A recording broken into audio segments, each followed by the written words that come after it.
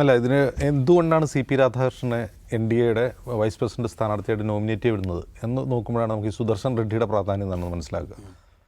ഒന്ന്, അദ്ദേഹം തമിഴ്നാട്ടുകാരനാണ്. C P Radhakrishnan Coimbatore മണ്ഡലത്തിൽ നിന്ന് ADMKയുടെ പിന്തുണയോടുകൂടി 2 വട്ടം തുടർച്ചയായിട്ട് 98-ലും 99-ലും ജയിച്ച് MP ആയ ആളാണ്. കടുത്ത RSS കാരനാണ്. BJPയുടെ സംസ്ഥാന അധ്യക്ഷനായിരുന്നു.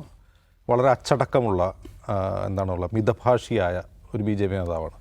അപ്പോൾ അദ്ദേഹത്തെക്കുറിച്ച് ഔട്ട്ലുക്ക് കഴിഞ്ഞ ദിവസം എഴുതിയിട്ടുള്ളൊരു ലേഖനത്തിൽ പറയുന്നത് അദ്ദേഹത്തെ തിരുപ്പൂർ വാജ്പേയി എന്നാണ് വിളിക്കുന്നതെന്നാണ് പറയുന്നത്. അതായത് വാജ്പേയിയോട് സാമ്യമുള്ള ഒരാളാണ്.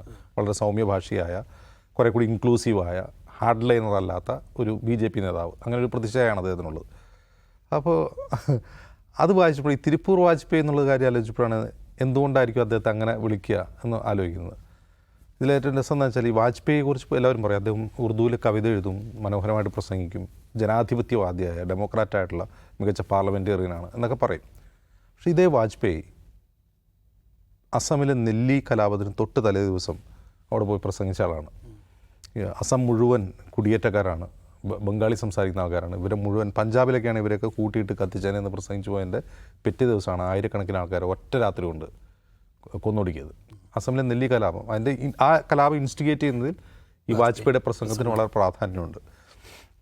അപ്പോൾ ഇദ്ദേഹത്തെ ഇപ്പോൾ തിരുപ്പൂർ വാജ്പേയി അല്ലെങ്കിൽ കോയമ്പത്തൂർ വാജ്പേയി എന്നൊക്കെ ഇദ്ദേഹത്തെ പറയുമ്പോൾ ഇദ്ദേഹത്തിന് വേറൊരു പാരലൽ ഈ വാജ്പേയിയുമായി ഉണ്ട്. അതെന്താണെന്ന് വെച്ചാൽ, കോയമ്പത്തൂരിലൊരു കലാപം നടന്നിരുന്നു 1997 കലാപത്തിന് കാരണം ഒരു ട്രാഫിക് പോലീസുകാരൻ ട്രിപ്പിൾ വരുന്ന മൂന്ന് പേരെ കൈ കാണിച്ചു.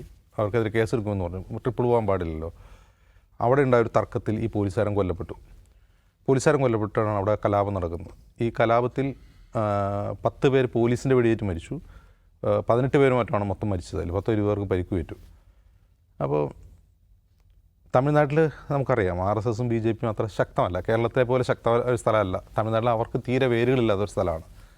അപ്പോൾ കേരളം തമിഴ്നാട് പോലെ അവർക്ക് പെനിട്രേറ്റ് ചെയ്യാൻ കഴിയാത്ത, ഇലക്ട്രൽ പെനിട്രേഷൻ നടക്കാത്ത സ്ഥലങ്ങളിൽ അവർ പലതരത്തിലുള്ള പരീക്ഷണങ്ങൾ നടത്തും. അപ്പോൾ തമിഴ്നാട്ടിലെ ഒരു പ്രത്യേകത, തമിഴ്നാട്ടിൽ BJP ഉണ്ട്, നമുക്കറിയാം. BJP ഉണ്ട്. അവിടെ ഹിന്ദു മക്കൾ കക്ഷി എന്ന് പറഞ്ഞിട്ട് മറ്റൊരു രാഷ്ട്രീയ പാർട്ടി തന്നെയാണ് ഹിന്ദു മക്കൾ കക്ഷി. പിന്നെ ഹിന്ദു മുന്നണി എന്ന് പറഞ്ഞ വേറൊരു സംഘടനയുണ്ട്. അപ്പോൾ ഈ BJPയും RSSും ഉള്ളപ്പോൾ എന്തിനാണ് ഈ ഹിന്ദു മക്കൾ കക്ഷിയും ഹിന്ദു മുന്നണിയും? ഇത് രണ്ടും, ഈ ഹിന്ദു മുന്നണിയും ഹിന്ദു മക്കൾ കക്ഷിയും RSSൻ്റെ തന്നെ ബൈ പ്രൊഡക്ട്സാണ്, സംഘപരിവാർ സംഘടനകളാണ്. അപ്പോൾ ആദ്യം ഹിന്ദു മുന്നണി ഉണ്ടായി. അതിൽ നിന്നാണ് എന്തുണ്ടാകുന്നത്, ഒരു രാഷ്ട്രീയ പാർട്ടി എന്നുള്ള ഹിന്ദു മക്കൾ കക്ഷി ഉണ്ടാകുന്നത്. ഈ കോയമ്പത്തൂർ കലാപത്തിന് പിന്നിൽ ഈ ഹിന്ദു മക്കൾ കക്ഷിയാണ് എന്ന ആരോപണം ഉണ്ടായിരുന്നു. അപ്പോൾ ഇതേ CP രാധാകൃഷ്ണൻ 2018 അദ്ദേഹം ഒരു പ്രസംഗത്തിൽ പറയുന്നത്, ആ കലാപം നടത്തിയത് ഹിന്ദു മക്കൾ കക്ഷിയല്ല, അത് നടത്തിയത് പോലീസുകാരാണ്. അതായത് ഒരു പോലീസുകാരൻ കൊല്ലപ്പെട്ടതിൻ്റെ പ്രതികാരമായി പോലീസുകാർ നടത്തിയ കലാപമാണത്. ഭയങ്കര വിവാദമായിരുന്നു തമിഴ്നാട്ടിലത്.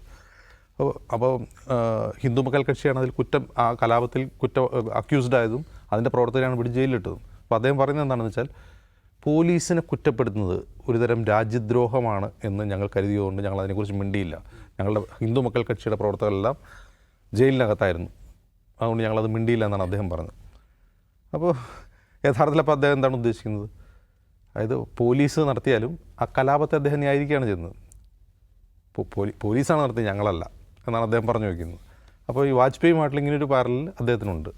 അപ്പോൾ എന്തുകൊണ്ട് ഈ CP രാധാകൃഷ്ണൻ തിരഞ്ഞെടുക്കുന്നതെന്ന് ചോദിച്ചാൽ, തമിഴ്നാട്ടിലെ ഇലക്ഷൻ വരാൻ പോകുന്നുണ്ട് 2026. നമുക്കറിയാം തമിഴ്നാട്ടിൽ പല രീതിയിലുള്ള പരീക്ഷണങ്ങൾ BJP നടത്തിയിട്ടുണ്ട്. പല രീതിയിൽ അണ്ണാമലയെ വരെ പരീക്ഷണം നടത്തിയിട്ട് ഒരു തരത്തിൽ അവർക്ക് അങ്ങോട്ട് പെനിട്രേറ്റ് ചെയ്യാനേ കഴിയുന്നില്ല. പ്രധാനമന്ത്രി നരേന്ദ്രമോദി തന്നെ തമിഴ്നാടിനെ പ്രത്യേക ഫോക്കസ് ചെയ്തുകൊണ്ട് ഇപ്പോൾ കാശി എന്തോ ഒരു സമ്മേളനം നടന്നു, കാശി തമിഴ് സമ്മേളനം, വാരാണസിയിൽ തമിഴ് സമ്മേളനം നടത്തുന്നു. സുബ്രഹ്മണ്യ ഭാരതി അനുസ്മരിച്ചുകൊണ്ട് അവിടെ തമിഴ് സമ്മേളനം നടത്തുന്നു. മോദി തന്നെ ധോത്തി എടുത്തുകൊണ്ട് തമിഴ്നാട്ടിൽ പോകുന്നു. അങ്ങനെ പലതരത്തിലുള്ള പരീക്ഷണങ്ങൾ അവിടെ നടത്തുന്നുണ്ട്.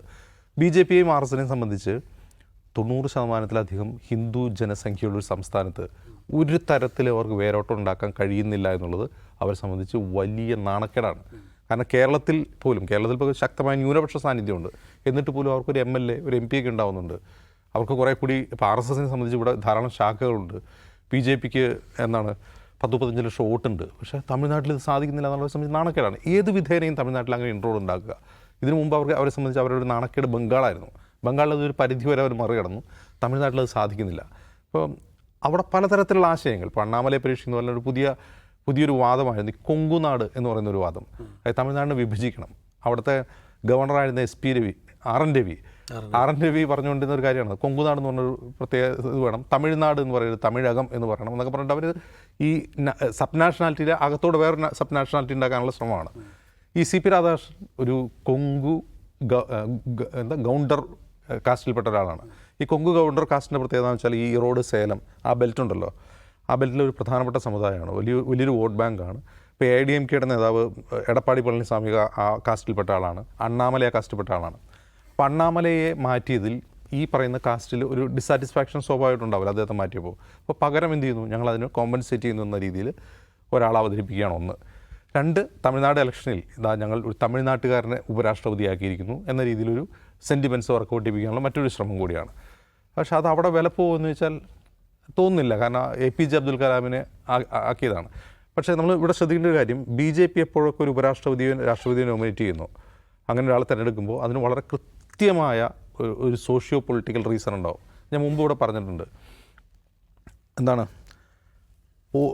അവരെപ്പോഴും ഒരാളെ നേതൃത്വത്തിലേക്ക് കൊണ്ടുവരുന്നതിന് കൃത്യമായ രാഷ്ട്രീയമായ ലക്ഷ്യമുണ്ട്. ഇപ്പോൾ ഒരു ഉദാഹരണം പറഞ്ഞാൽ RSSൻ്റെ സർസംഘചാലകന്മാരെല്ലാം ബ്രാഹ്മൺ സമുദായത്തിൽപ്പെട്ടവരായിരുന്നു, പ്രത്യേകിച്ചും മഹാരാഷ്ട്രയിൽ നിന്നുള്ള ചിത്പൂൺ ബ്രാഹ്മണന്മാരായിരുന്നു. അവരാദ്യമായി ബ്രാഹ്മണനല്ലാത്തൊരു സർസംഘചാലകനെ നിയമിക്കുന്നപ്പോഴാണെന്നറിയോ, ഇന്ത്യയിൽ ഈ പറയുന്ന മണ്ഡൽ പ്രക്ഷോഭം വരുമ്പോഴാണ്. അതായത് OBC കാസ്റ്റുകളിൽപ്പെട്ട ആളുകൾക്കിടയിലുള്ള ഈ മണ്ഡൽ പ്രക്ഷോഭം വരുമ്പോഴാണ് അവരാദ്യമായിട്ടൊരു നോൺ ബ്രാഹ്മിൻ ആയിട്ടുള്ളൊരു സർസംഘചാലനയാകുന്നത്. APJ അബ്ദുൽ കലാമിന് എപ്പോഴാണ് രാഷ്ട്രപതിയാക്കുന്നത്? ഗുജറാത്ത് കലാപത്തിന് തൊട്ടുടനെ. ഈ ഇതിന് തൊട്ടുമുണ്ടായിരുന്ന രാഷ്ട്രപതി എന്താണ്, ഇതിന് തൊട്ട് മുമ്പ്, അതായത് ഈ ഇപ്പോഴത്തെ ദ്രൗപദി മുർമുവിന് മുമ്പുണ്ടായിരുന്ന രാഷ്ട്രപതി അദ്ദേഹം ഒരു പട്ടികജാതി വിഭാഗക്കാരനായിരുന്നു. അദ്ദേഹത്തെ ആക്കുന്ന എപ്പോഴാണ്? ഇവിടെ രോഹിത് വെമുല വിഷയത്തിൽ ക്യാമ്പസുകളിൽ മുഴുവൻ അംബേദ്കറേറ്റ് പ്രക്ഷോഭം വരുമ്പോൾ പട്ടികജാതിക്കാരൻ ഒരാളെ എടുത്ത് രാഷ്ട്രപതിയാക്കുന്നു. അങ്ങനെ ആ നിലനിൽക്കുന്ന പൊളിറ്റിക്കൽ സിറ്റുവേഷൻ അനുസരിച്ച് ഇത്തരം നിയമനങ്ങൾ നടത്താൻ ഭയങ്കരമായ അപാരമായ കഴിവാണ് RSSനും BJPയും. അത് തന്നെയാണ് ഇവിടെ നടക്കുന്നത്. രാംനാഥ് കോവിന്ദ്. അപ്പോൾ ഇവിടെ CP രാധാകൃഷ്ണനെ സംബന്ധിച്ച് ഇപ്പോൾ തമിഴ്നാട്ടിലേക്കുള്ള കൃത്യമായൊരു പെനിട്രേഷൻ പറ്റിയ സമയം അടുത്ത അസംബ്ലി ഇലക്ഷൻ വരാൻ പോകുന്നു 2026. അപ്പോൾ എന്ത് ചെയ്യും, ഒരു തമിഴിനെ വൈസ് പ്രസിഡന്റ് ആക്കുമ്പോൾ DMKക്ക് പിന്തുണയ്ക്കാതിരിക്കാൻ പറ്റില്ല.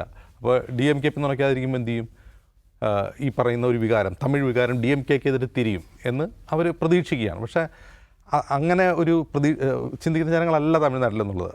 കാരണം വെച്ചാൽ തമിഴ്നാട്ടിൽ ഈ പറയുന്ന BJPക്കോ RSSനോ ഒരു തരത്തിലും മുന്നോട്ട് പോകാൻ കഴിയത്തില്ല. കാരണം ഈ ഞാൻ മുമ്പ് പറഞ്ഞ ഹിന്ദു മക്കൾ കച്ചിയും ഹിന്ദു മുന്നണിയും RSSും BJPയും അവിടെ ചെയ്തു വെച്ചിട്ടുള്ള കാര്യങ്ങൾ തന്നെയാണ്. അവരുടെ ഒരു പ്രധാനപ്പെട്ട കലാപരിപാടി ഈ പെരിയാറുടെ പ്രതിമ തകർക്കുക, അല്ലെങ്കിൽ പെരിയാറുടെ അവിടെ പ്രതിമയുടെ തിരുവള്ളൂരുടെ പ്രതിമയെ കൊണ്ടുപോയിട്ട് കാവിഷാൾ പതിപ്പിക്കുക, ഇങ്ങനെയുള്ള കലാപരിപാടികളാണ് ചെയ്യുന്നത്. അതൊന്നും ഒരിക്കലും തമിഴ് ജനത അംഗീകരിക്കുന്ന ഒരു കാര്യമേ അല്ല. അവരെങ്ങനെ കയ്യിലെടുക്കണമെന്നതിനെക്കുറിച്ച് അവർക്കിപ്പോഴും മനസ്സിലായിട്ടില്ല. അങ്ങനെ തമിഴ് വോട്ട് കിട്ടാനായിരുന്നെങ്കിൽ APJ അബ്ദുൽ കലാമിൻ്റെ ആൾ കിട്ടേണ്ടതായിരുന്നു, അങ്ങനെ കിട്ടിയിട്ടുമില്ല. അപ്പോൾ ഈ ഒരു സിറ്റുവേഷനിലാണ് എന്ത് ചെയ്യുന്നത്, ഇന്ത്യ മുന്നണി ഒരു ആന്ധ്രയിൽ നിന്നുള്ള ഒരു മികച്ച ന്യായാധിപനെ മുന്നോട്ട് വയ്ക്കുന്നത്.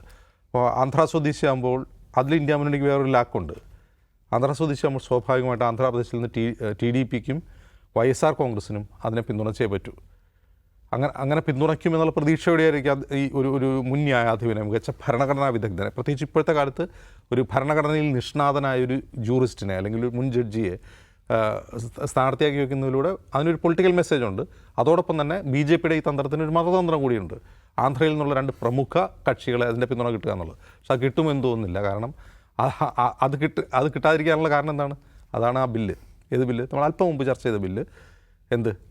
ഞാനിവിടെ ബില്ല് പാസ്സാക്കുകയാണ്, നിങ്ങൾ ഏതെങ്കിലും കാര്യത്തിൽ ഇപ്പോൾ ആന്ധ്രാക്കാരനാണെന്ന് പറഞ്ഞിട്ട് ഇങ്ങേർക്ക് പിന്തുണ കൊടുക്കാൻ നിൽക്കണ്ട എന്ന് ചന്ദ്രബാബു നായിഡുവിനോടും ജഗൻമോഹൻ റെഡ്ഡിയോടും പറയാണ് അമിത്ഷാ എന്ന് അവിടെ ചെയ്തുകൊണ്ടിരിക്കുന്നത്. പറഞ്ഞത് അതായത് ആന്ധ്രാക്കാരനായ ഒരു സ്ഥാനാർത്ഥി ഞങ്ങൾ വയ്ക്കുന്നു, ഈ ആന്ധ്രാക്കാരനാണെന്ന് കരുതി തെലുങ്കുദേശം പാർട്ടിയും YSR കോൺഗ്രസും എങ്ങാനും മറുകണ്ഠം ചാടി അയാൾക്ക് വോട്ട് ചെയ്യാൻ നിൽക്കണ്ട, ഞാൻ ആ ബില്ല് അവതരിപ്പിച്ചു. അത് ജഗനാവട്ടെ ചന്ദ്രബാബു നായിഡു ആവട്ടെ മര്യാദയ്ക്ക് അവിടെ ഇരുന്നു എന്നാണ് പറഞ്ഞത് ആ ബില്ലിൻ്റെ അർത്ഥം. ഇതാണ് ഇപ്പോൾ നടന്നുകൊണ്ടിരിക്കുന്ന കാര്യം.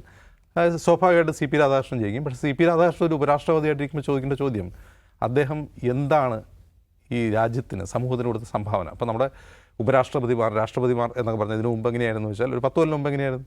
രാജ്യത്തെ ഏറ്റവും മികച്ച സ്കോളേഴ്സ്, ഭരണഘടനാ വിദഗ്ധർ, നിയമജ്ഞർ, ശാസ്ത്രജ്ഞന്മാർ. ഇപ്പോൾ അബ്ദുൽ കലാമിൻ്റെ കാര്യം തന്നെ എടുക്കുക, അദ്ദേഹം ഒരു ശാസ്ത്രജ്ഞനായിരുന്നു.